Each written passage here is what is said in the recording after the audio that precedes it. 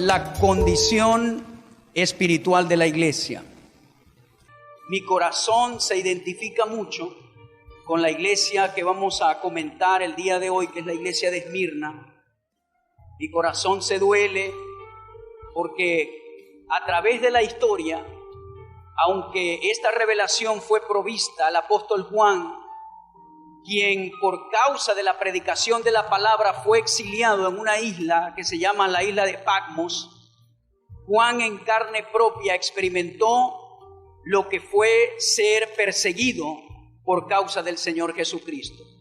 Los otros apóstoles murieron según la historia, unos aserrados, otros crucificados, otros murieron de manera de tortura, pero el apóstol Juan, según la Biblia, murió de viejo, exiliado en la isla de Patmos, y aquí es cuando el Señor trae esta revelación poderosa de los tiempos futuros y de la escatología que tiene que ver con los eventos del porvenir.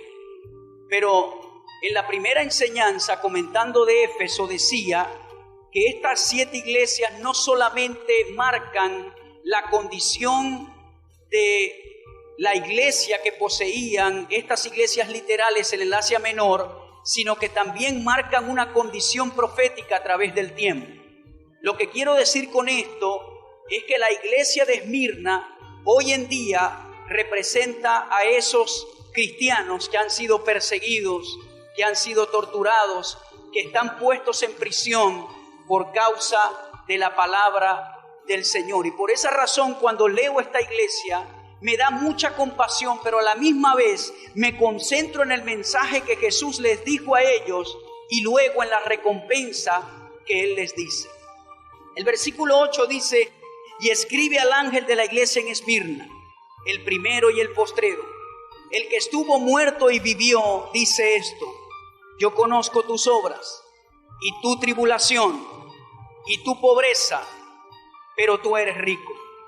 Y la blasfemia de los que se dicen ser judíos y no lo son, sino sinagoga de Satanás. Versículo 10. No temas en nada lo que vas a padecer. He aquí el diablo echará a algunos de vosotros en la cárcel, para que seáis probados y tendréis tribulación por 10 días. Sé fiel hasta la muerte, y yo te daré la corona de vida. Fíjese que el Señor le dice a estas personas que están sufriendo: no se rindan, sean fieles hasta la muerte, porque entonces yo les voy a dar la corona de la vida. El que tiene oído, oiga lo que el Espíritu dice a las iglesias. El que venciere, aquí está la recompensa, el que venciere no sufrirá daño de la segunda muerte. Jesús en cada iglesia termina con la misma expresión, pero con una recompensa diferente. Él les dice a cada iglesia: el que tiene oído, oiga lo que el Espíritu dice a las iglesias. Todos tenemos oídos, pero todos no tenemos la capacidad de escuchar espiritualmente. No solamente tenemos que oír con estos oídos físicos, sino que el Señor está diciendo: presten atención a lo que el Espíritu dice. Ustedes necesitan oídos espirituales para saber lo que el Espíritu Santo te está transmitiendo en un momento específico de tu vida. Por ejemplo, en el tiempo que nosotros estamos viviendo en Venezuela, usted tiene que estar atento a la voz profética, a lo que Dios está diciendo a través de sus santos profetas en este tiempo para su nación y para su vida. Lo he dicho antes, su periódico no es el digital, el que puede leer en internet o el que sale impreso. Su periódico superior es la revelación de Dios, y para eso usted tiene que tener oídos para entender lo que el Señor está hablando. Específicamente para la iglesia de Esmirna, este mensaje fue alentador. El Señor les dijo: no teman lo que van a padecer. Algunos serán echados en la cárcel, pero sean fieles hasta la muerte, porque yo les voy a dar la corona de vida. Este mensaje fue alentador, fue incentivador, fortalecedor para esta iglesia que estaba sufriendo persecución. El Señor a cada iglesia se le presenta con una parte de su naturaleza que la describe el capítulo 1 de Apocalipsis. A esta iglesia en específico el Señor les dice: yo soy el primero y el postrero, hablando de la eternidad de Jesús. El que estuvo muerto y vivió dice esto. El Señor está diciendo: yo estuve muerto, es verdad, pero yo resucité. Él se les presenta con una manera fortalecedora para decirle a la iglesia de Esmirna: ustedes están siendo perseguidos, algunos de ustedes van a sufrir prisión, muerte, pero recuerden que yo estuve muerto también, pero resucité. Si ustedes mueren por mi causa, tranquilos, yo les voy a dar la corona de vida. Sean fieles hasta la muerte. El que venciere no va a sufrir daño de la segunda muerte. Esmirna representa la iglesia con sentido de persecución. No es igual ser perseguido que tener sentido de persecución. Es decir, si usted es perseguido, eso no lo hace alguien que tiene sentido de persecución. Porque si alguien lo persigue por causa de la palabra de Dios, usted sigue teniendo la decisión de decir: yo no quiero ser perseguido. Usted tiene la decisión. Por eso es que ser perseguido no es igual a tener sentido de persecución. ¿Qué es tener sentido de persecución? Estar dispuesto a sufrir por causa del Señor Jesucristo. Ahora déjeme decirle algo, yo estoy hablando esto, pero esto no hace clic con nuestra cultura porque no tenemos un problema de persecución en esta nación. Es decir, no nos identificamos con este mensaje porque no es nuestro caso. Si yo le digo tenga sentido de persecución, usted va a decir: pastor, usted está loco. Yo no me voy a dejar meter en la cárcel. Yo voy a mentir de que no conozco a Jesús, de que no conozco a Dios para ser libre. Si a usted le dice un guardia: te voy a disparar, pero si niegas a Jesús, te dejo vivo, ¿qué hacemos nosotros?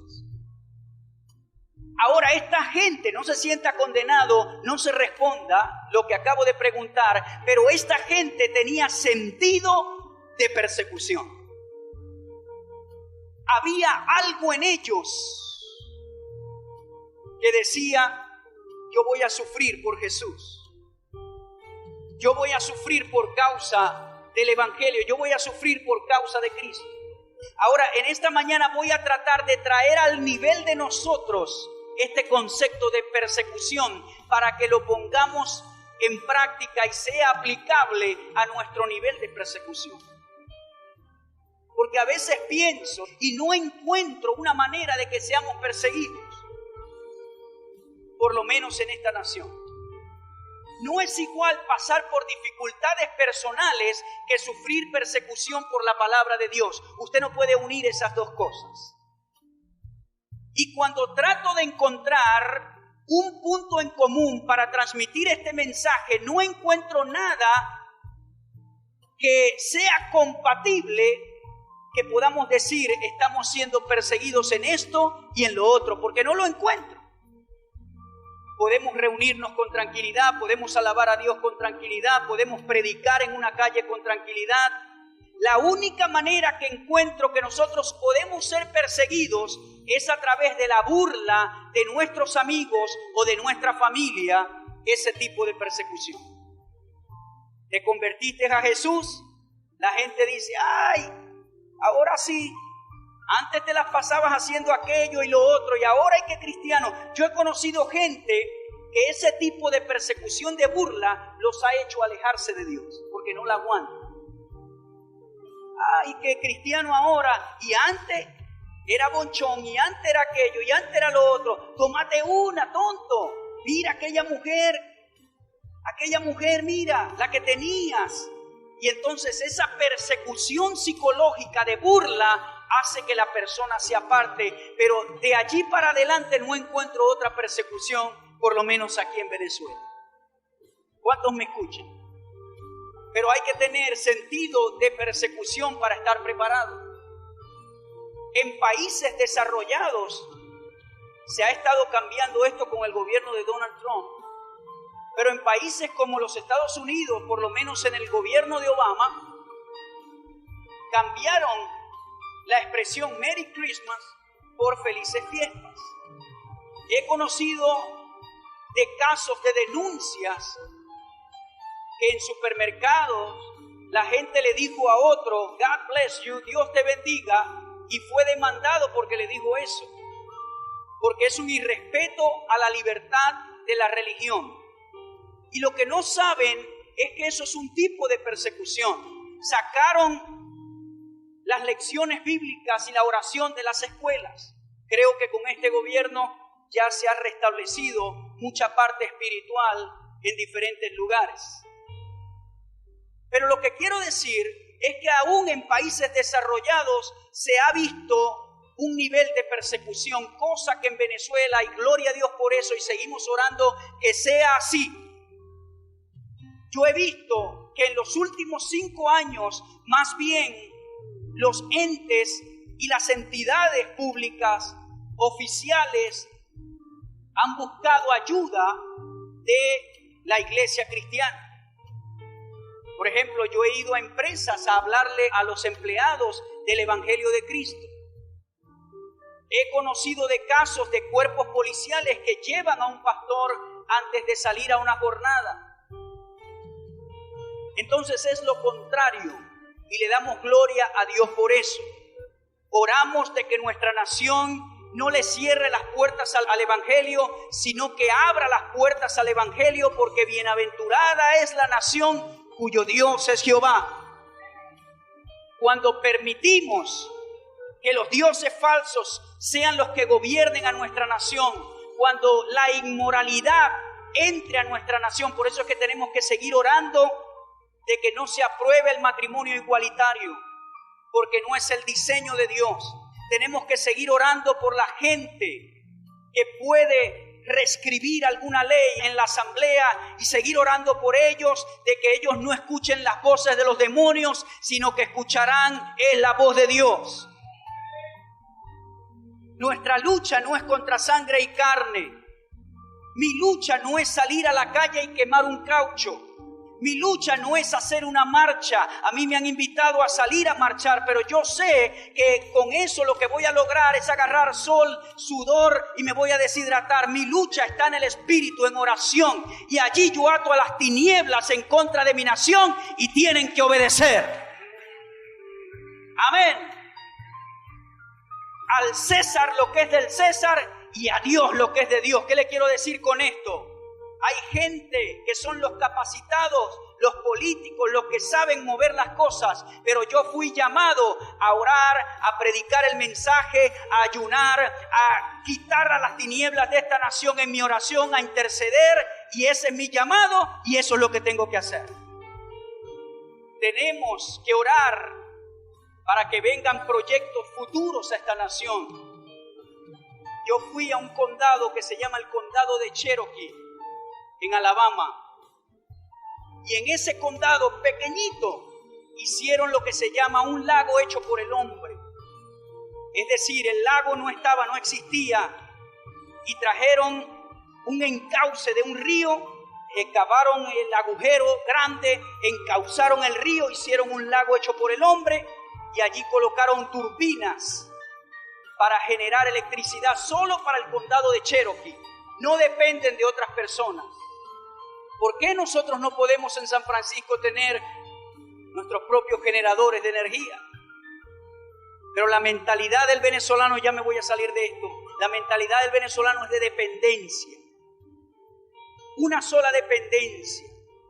Si en el Guri no llueve, nos morimos todos de calor. Si Empresas Polar cierra, entonces no hay harina pan. No, tenemos que orar para que hayan múltiples empresas que se levanten en esta nación. Amén. Y entonces no padezcamos de hambre, de calor y de esas cosas. Pero ya voy a seguir con mi mensaje, no se preocupe. Lo que le quiero decir es que tenemos que tener sentido de persecución. Y hoy quiero básicamente enfocarme en las cualidades que alguien posee cuando tiene sentido de persecución. Porque aunque nosotros no la estemos sufriendo,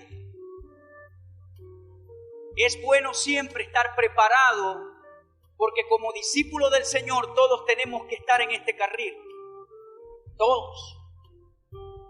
Dijimos la semana pasada que esta palabra tribulación significa asedio, presión, cualquier cosa que carga el espíritu. Es decir, la aflicción, la tribulación es producto de una persecución. Y Jesús dijo en Lucas 23:31, porque si en el árbol verde hacen estas cosas, en el seco, ¿qué no se hará? Hablando de su misma persona. Ustedes van a sufrir persecución. Y el que fue sembrado en pedregales, hablando en la parábola del sembrador, dijo, este es el que oye la palabra y al momento la recibe con gozo. Pero no tiene raíz en sí, sino que es de corta duración.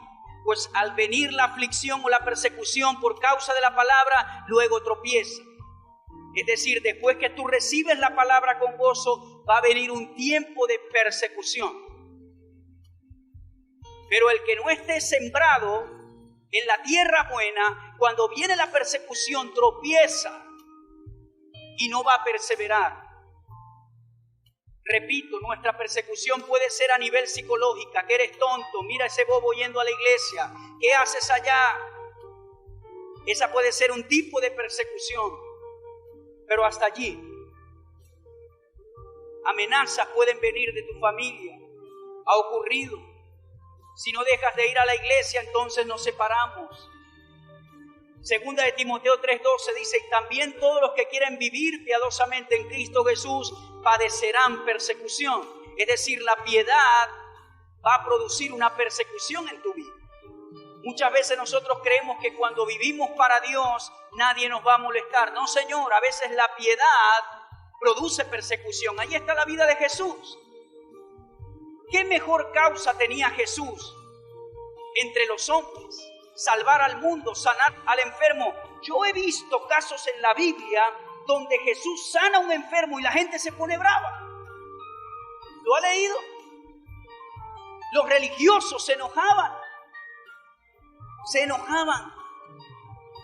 Entonces, una buena causa, una vida piadosa no se traduce a no tener problemas. No, al contrario, cuando comienzas a buscar de Dios, a veces los problemas comienzan a venir.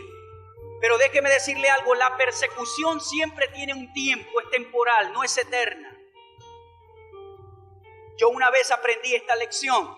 Una vez tomé un taxi y le dije a un taxista, acepte a Jesús hoy para que se le acaben los problemas. Y le decía en el taxi, tranquilo Jesús, Él quiere solucionar todos tus problemas. Si le aceptas, Él va a solucionar todos tus problemas. A lo que íbamos en el taxi, se le apagó el vehículo cuando yo exactamente le estaba hablando de eso. Y yo hablándole y él tratando de encender el vehículo. Y yo me fui encogiendo. Bueno, no todos los problemas, ¿no? Pero desde ese día aprendí a que no necesariamente todos los problemas se van a solucionar inmediatamente. A veces otros comienzan, una persecución comienza, pero la persecución es temporal y Él te da la habilidad de poder solucionar con su ayuda, con su palabra, con el poder del Espíritu, lo que antes no podías solucionar. Hebreos 12:4, una escritura que siempre me ha impactado porque aún no habéis resistido hasta la sangre combatiendo contra el pecado. ¿Quiénes de los que estamos acá hemos sufrido? Nos han sacado sangre por vivir piadosamente y en Cristo ninguno. Nuestras persecuciones son los problemas personales que nosotros podamos tener, que a veces nos sentimos agobiados, que el problema socioeconómico o político del país a veces viene a desanimar. Esos son los problemas, pero eso no se traduce a persecución. La persecución tiene una cualidad y es que tiene que ser por causa de Jesús y de la palabra. La persecución no se origina en casos externos y circunstanciales que alguien puede estar viviendo. La persecución comienza con tu vida viviendo piadosamente y por causa de la palabra de Dios. Exponer a veces tu vida para hablar del Evangelio de Cristo. En este momento hay gente que va a las montañas con la guerrilla a hablarle del Señor. En este momento hay gente que va a las prisiones a hablarle a todas esas personas armadas.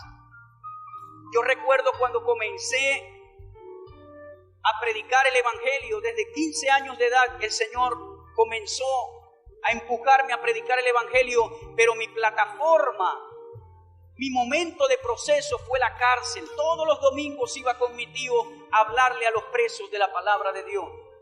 Y en ese tiempo no tenían armamento como ahora, pero todos se sentaban y recuerdo que todos los que se sentaban tenían un chuzo de este tamaño aquí. Y en un momento cuando iba, me daba risa porque todos estaban sentados con tremendo chuzo aquí. Pero en ese momento Dios te da la audacia, te quita el temor de cualquier cosa y pone su amor en tu corazón por la gente y tú ni le haces caso al chuzo o al arma, sino que allí está el puro amor de Dios por la gente. Y allí es cuando tú entiendes, por eso es que estas personas dan su vida por el Señor. Entonces no hemos resistido hasta la sangre. Hay un ejemplo en la Biblia de un hombre que sufrió mucho por la causa de Dios y se llamó el apóstol San Pablo. Yo pienso que si Pablo viviera en nuestro tiempo, no fuese aceptado por mucha gente y por muchos concilios por el estilo de vida que tenía. Y cuando digo estilo de vida es que Pablo sufrió muchísimo por causa del Evangelio. Y este versículo es uno de los más impactantes que habla de su sufrimiento. Es la segunda carta de Corintios 11:23. Y él dice, él se está defendiendo de los falsos apóstoles. Y le escribe a esta iglesia y le dice, son ministros de Cristo, hablando de los falsos apóstoles. Como si estuviera loco hablo, yo más, en trabajos más abundantes, en azotes sin número. Es decir, lo habían azotado. Le habían echado varias pelas por predicar la palabra de Dios. Dice sin número, en cárceles más, en peligros de muerte muchas veces. De los judíos 5 veces he recibido 40 azotes menos 1. 5 veces. Multiplique 39 azotes por 5. Los judíos hicieron esto al apóstol Pablo. 3 veces he sido azotado con varas, 1 vez apedreado, 3 veces he padecido naufragio, 1 noche y 1 día he estado como náufrago en el alta mar, en caminos muchas veces, en peligros de ríos, peligros de ladrones, peligros de los de mi nación, peligros de los gentiles, peligros en la ciudad, peligros en el desierto, peligros en el mar, peligros entre falsos hermanos, en trabajo y fatiga, en muchos desvelos, en hambre y sed, en muchos ayunos, en frío y en desnudez, y además de otras cosas, aparte de todo lo que he escrito, lo que sobre mí se agolpa cada día, la preocupación por todas las iglesias. O sea, aparte de todo eso, tengo que estar pensando que esta iglesia funciona bien, que aquella que... Yo me identifico en la última. Pero yo no he pasado por vara, a mí no me han dado azotes, no he estado en peligros en desiertos, en el alta mar. Pero fíjese la vida del apóstol Pablo en estos versículos. Todo lo que padeció y finalmente terminó siendo decapitado durante el gobierno de Nerón. Terrible, ¿verdad que sí? Fuerte. Si Pablo viviese en nuestro tiempo, los teólogos dijeran, este hombre tiene un cable pelado, porque no sale de una y se mete en otra. Una vez se dañó el barco, llegaron a la isla de Malta, llegaron a la orilla, comenzó a agarrar unas ramas para hacer una fogata y salió una víbora y le mordió. Y la gente dijo, este hombre algo malo ha hecho porque no se murió en el mar y aquí lo mordió la víbora. ¿Qué dirían los teólogos de hoy en día del apóstol Pablo? Estoy seguro que no tenía un maletín muy costoso, solo tenía una capa en prisión, que la envía a buscar su capa porque venía el invierno. Escribió la carta más magistral para un pastor que pueda existir, que fue la segunda carta de Timoteo, antes de morir decapitado en prisión en Roma. Y se la dejó a su hijo en la fe, Timoteo. La herencia que los pastores tienen, las poderosas cartas de Timoteo. Pero la segunda la escribió antes de ser sacrificado. Y él lo dijo allí: yo estoy pronto para ser sacrificado, he peleado la buena batalla, he ganado la carrera, he guardado la fe. Por tanto, me espera la corona de vida, no solamente a mí, sino para todos aquellos que le aman. Un hombre que sufrió, tenía sentido de persecución. Dio todo. Pero entonces tenemos un contraste en las iglesias occidentales de comodidad extrema, de malcriadez. Si no me miran, si no me saludan, no voy más a la iglesia. Si no me colocan a hacer algo, no voy más a la iglesia. Si no hacen lo que yo digo, no voy más a la iglesia. Déjame decirte algo: si haces eso, no amas al Señor. No tienes sentido de persecución, y no te estoy señalando, solo te estoy dando un contraste de la gente que estaba dispuesta a ir a prisión y a padecer con tu malcriadez. Es difícil proyectar, es difícil imprimir este mensaje en tu corazón, porque no encuentro un lugar de donde agarrarme para que usted se identifique. Pero esto lo sufrió el apóstol Pablo. Ahora, hay dos puntos acá importantes que quiero que por favor me escuchen esto. El creyente que tiene sentido de persecución posee las siguientes características. Hay muchas, pero escribí dos esencialmente. Uno, ha aprendido a vivir en fe. Es la primera característica. Y usted quizás se pregunta: ¿cómo usted mezcla la fe con este tema? Claro que sí, lo comprueba la Biblia. Esta persona no es gobernada por sus sentidos ni por sus emociones, sino que han desarrollado un estilo de vida de fe. Esto no quiere decir que los sentidos y las emociones sean malas, solo que éstas no deben gobernar nuestras vidas. ¿Sienten temor esas personas que son perseguidas? Claro que sí. No son personas superhéroes que no tienen temor.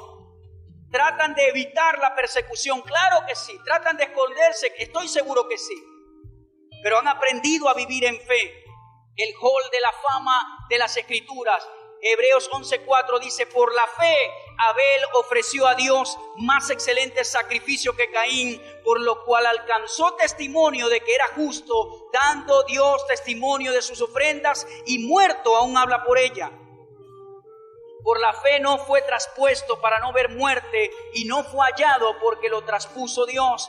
Y antes que fuese traspuesto, tuvo testimonio de haber agradado a Dios. Pero sin fe es imposible agradar a Dios, porque es necesario que el que se acerca a Dios crea que le hay y que es galardonador de los que le buscan. Por la fe Noé, cuando fue advertido por Dios acerca de cosas que aún no se veían, con temor preparó el arca en que su casa se salvase. Y por esa fe condenó al mundo y fue hecho heredero de la justicia que viene por la fe. Por la fe Abraham, siendo llamado, obedeció para salir al lugar que había de recibir como herencia, y salió sin saber a dónde iba. Por la fe habitó como extranjero en la tierra prometida, como en tierra ajena, morando en tiendas con Isaac y Jacob, coherederos de la misma promesa. Porque esperaba la ciudad que tiene fundamentos, cuyo arquitecto y constructor es Dios. Por la fe también la misma Sara, siendo estéril, recibió fuerza para concebir y dio a luz, aún fuera de tiempo de la edad, porque creyó que era fiel quien lo había prometido. Por lo cual también de uno, y ese ya casi muerto, salieron como las estrellas del cielo en multitud y como la arena innumerable que está en la orilla del mar. Conforme a la fe murieron todos estos sin haber recibido lo prometido, sino mirándolo desde lejos y creyéndolo y saludándolo y confesando que eran extranjeros y peregrinos sobre la tierra. porque los que esto dicen claramente dan a entender que buscan una patria. Pues si hubiesen estado pensando en aquella de donde salieron, ciertamente tenían tiempo de volver, pero anhelaban una mejor, esto es la celestial. Por lo cual Dios no se avergüenza de llamarse Dios de ellos, porque les ha preparado una ciudad. Por la fe Abraham, cuando fue probado, ofreció a Isaac, y el que había recibido las promesas ofrecía a su unigénito, habiéndosele dicho: en Isaac te será llamada descendencia, pensando que Dios es poderoso para levantar aún de entre los muertos, de donde en sentido figurado también le volvió a recibir. Por la fe bendijo Isaac a Jacob y a Esaú respecto a cosas venideras. Por la fe Jacob al morir bendijo a cada uno de los hijos de José y adoró apoyado sobre el extremo de su bordón. Por la fe José al morir mencionó la salida de los hijos de Israel y dio mandamiento acerca de sus huesos. Por la fe Moisés, cuando nació, fue escondido por sus padres por 3 meses porque le vieron un niño hermoso y no temieron el decreto del rey. Por la fe Moisés, hecho ya grande, rehusó llamarse hijo de la hija de Faraón, escogiendo antes ser maltratado con el pueblo de Dios que gozar de los deleites temporales del pecado, teniendo por mayores riquezas el vituperio de Cristo que los tesoros de los egipcios, porque tenía puesta la mirada en el galardón. Por la fe dejó a Egipto, no temiendo la ira del rey, porque se sostuvo como viendo al invisible.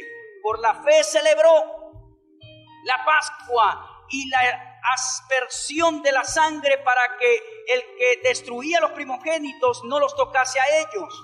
Por la fe pasaron el mar rojo como por tierra seca, e intentando los egipcios hacer lo mismo fueron ahogados. Por la fe cayeron los muros de Jericó después de rodearlos 7 días. Por la fe Rahab la ramera no pereció juntamente con los descendientes, habiendo recibido a los espías en paz. ¿Y qué más digo? Porque el tiempo me faltaría contando de Gedeón, de Barak, de Sansón, de Jefté, de David, así como de Samuel y de los profetas, que por fe conquistaron reinos, hicieron justicia, alcanzaron promesas, taparon bocas de leones, apagaron fuegos impetuosos, evitaron filo de espada, sacaron fuerzas de debilidad, se hicieron fuertes en batalla, pusieron en fuga ejércitos extranjeros. Las mujeres recibieron sus muertos mediante resurrección, mas otros fueron atormentados, no aceptando el rescate a fin de obtener mejor resurrección. Otros experimentaron vituperios y azotes, y a más de esto prisiones y cárceles. Fueron apedreados, aserrados, puestos a prueba, muertos a filo de espada, anduvieron de acá para allá, cubiertos de pieles de ovejas y de cabras, pobres, angustiados, maltratados, de los cuales el mundo no era digno, errando por los desiertos, por los montes, por las cuevas y por las cavernas de la tierra. Y todos estos, aunque alcanzaron buen testimonio mediante la fe, no recibieron lo prometido, proveyendo Dios alguna cosa mejor para nosotros, para que no fuesen ellos perfeccionados aparte de nosotros. Por la fe. Por la fe. No solo se tapan bocas de leones, también se sufre por el Señor. Por la fe. Y el capítulo 12 dice: puesto los ojos en Jesús, el autor y consumador de la fe. Por la fe. La fe te va a hacer resistir la persecución.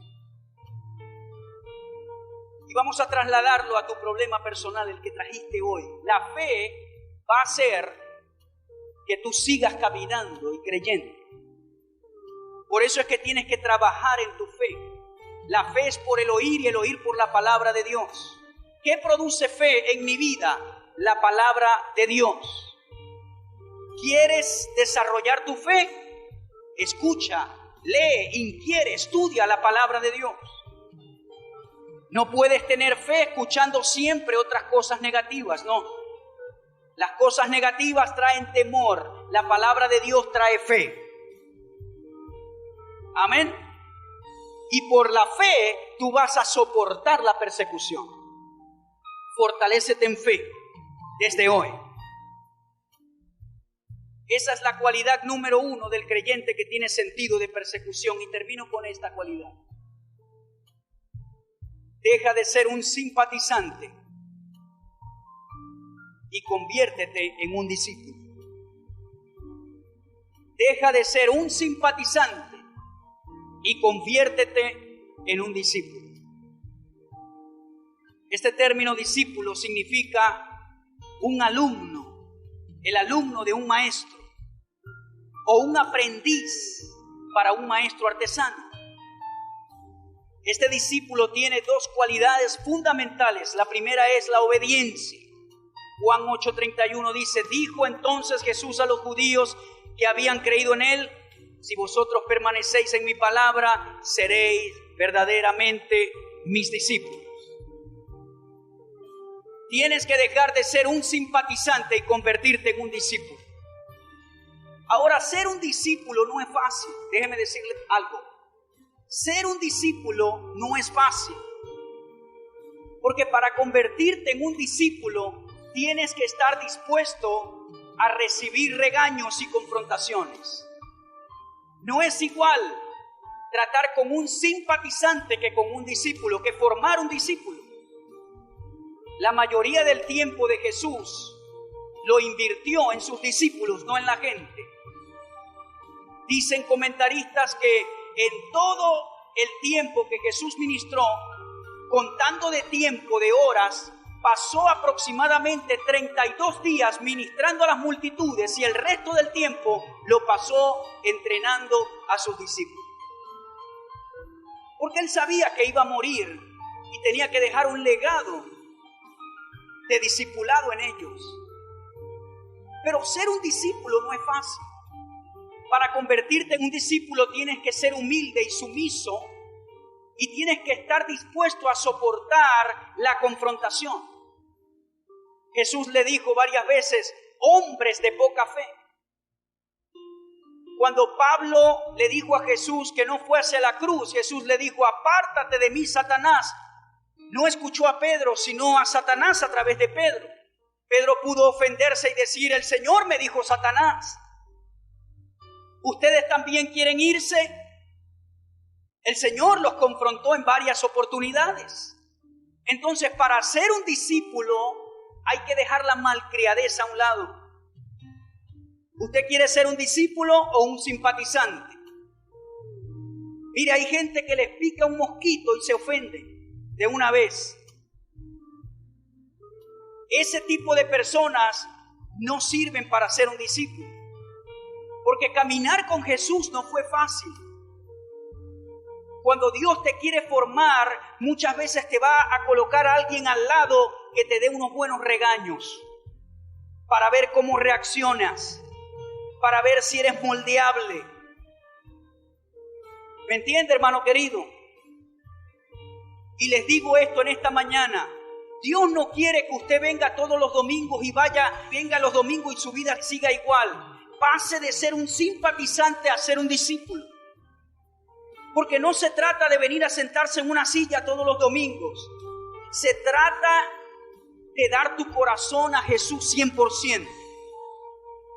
Cuando tú te conviertes en un discípulo, tú le dices al Señor: Señor, hasta hoy yo tuve las riendas de mi vida, yo hoy te las voy a entregar.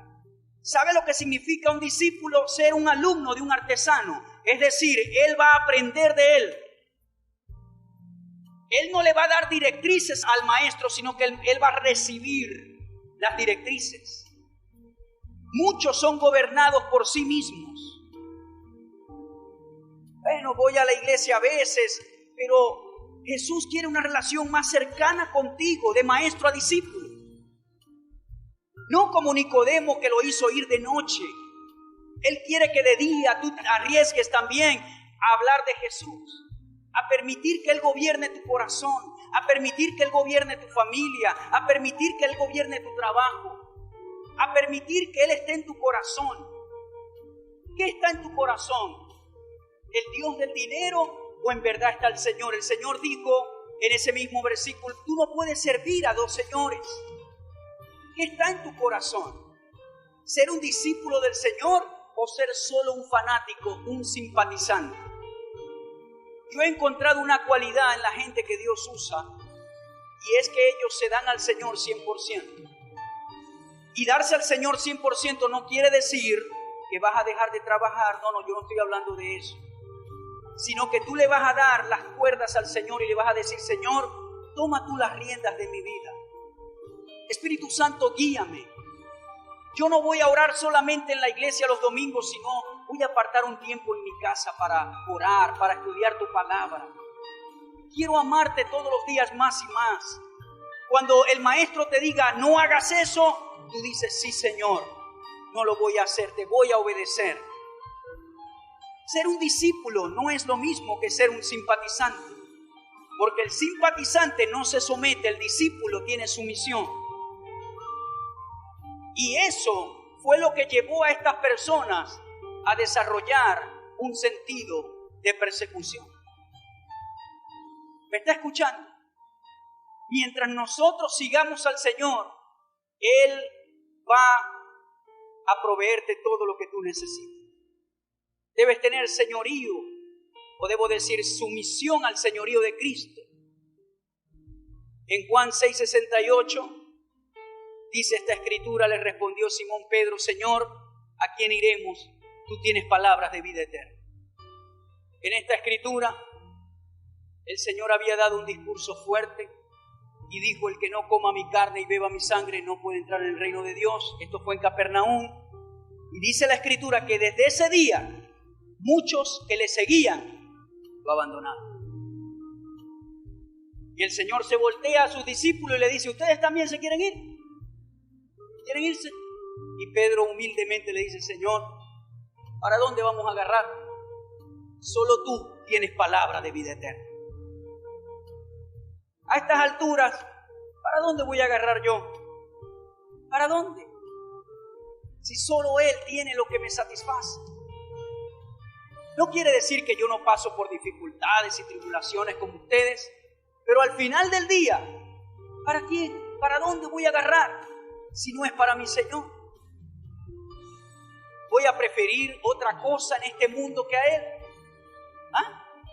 No. Ya he probado mucho de Él y sigo hambriento de su presencia, sigo hambriento de servirle, sigo hambriento de amarle.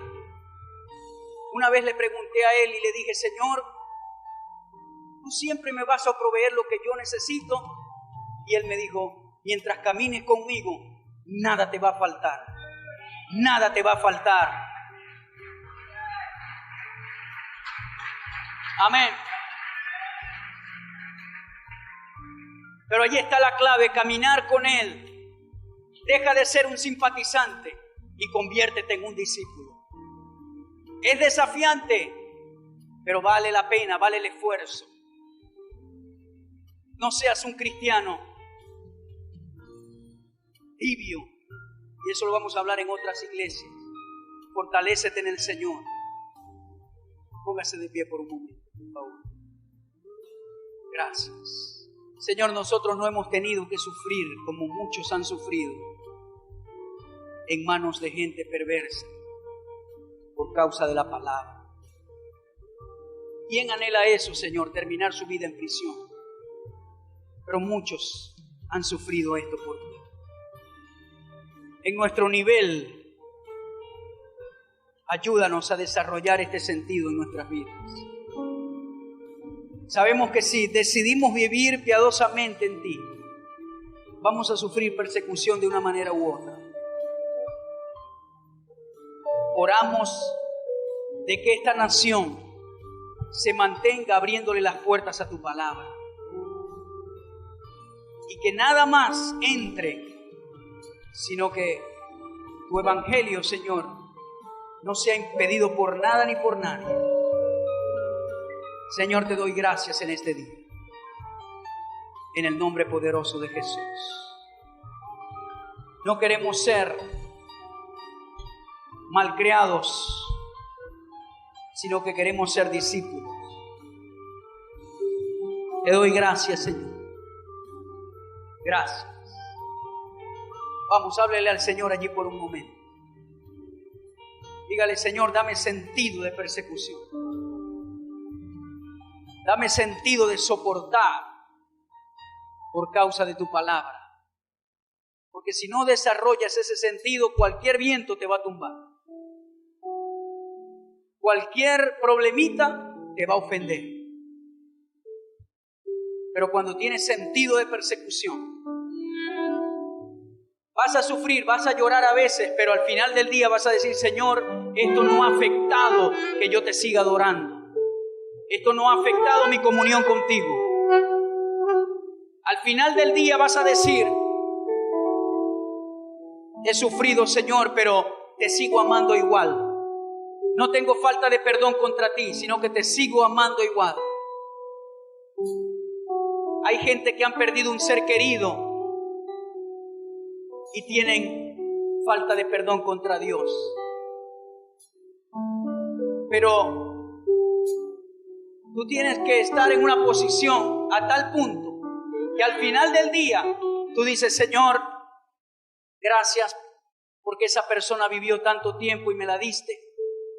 Pero al final del día esto no ha cambiado mi amor por ti. Esto no ha cambiado mi comunión por ti. Van a venir vicisitudes, van a venir dificultades. Jesús dijo en Mateo 7:24 que tanto al hombre que edificó en la arena como el que edificó en la roca vinieron tempestades y ríos, pero la diferencia fue que uno cayó y el otro no. No estamos exentos de tener dificultades, pero al final del día, al final de la tormenta, tu vida estará en la roca, tu vida estará firme. Señor, te doy gracias. Vamos, cierre sus ojitos en esta mañana, no me mire, por favor. Y háblele al Señor y dígale: Señor, si he comprometido mi vida con algo y te he dejado atrás, si me da pena cargar la Biblia, ayúdame, Señor. Fíjese que este hombre hizo todo lo posible y arriesgó su vida por tener una Biblia.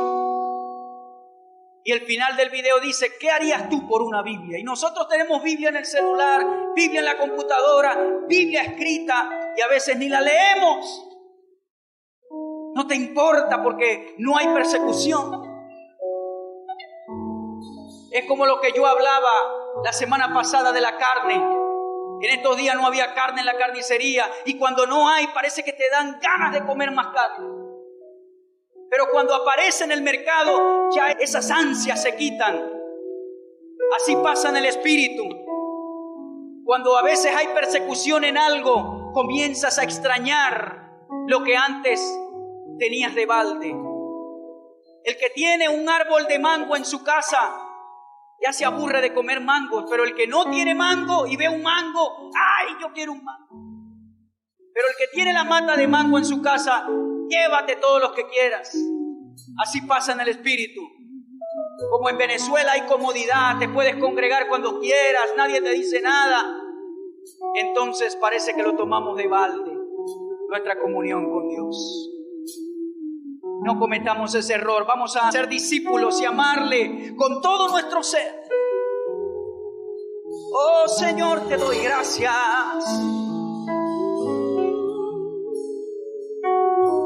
Hoy te doy gracias. Hoy te doy alabanza. Vamos, levanta tus manos por un momento. Adórale como si este fuese el último día que te queda para adorarle.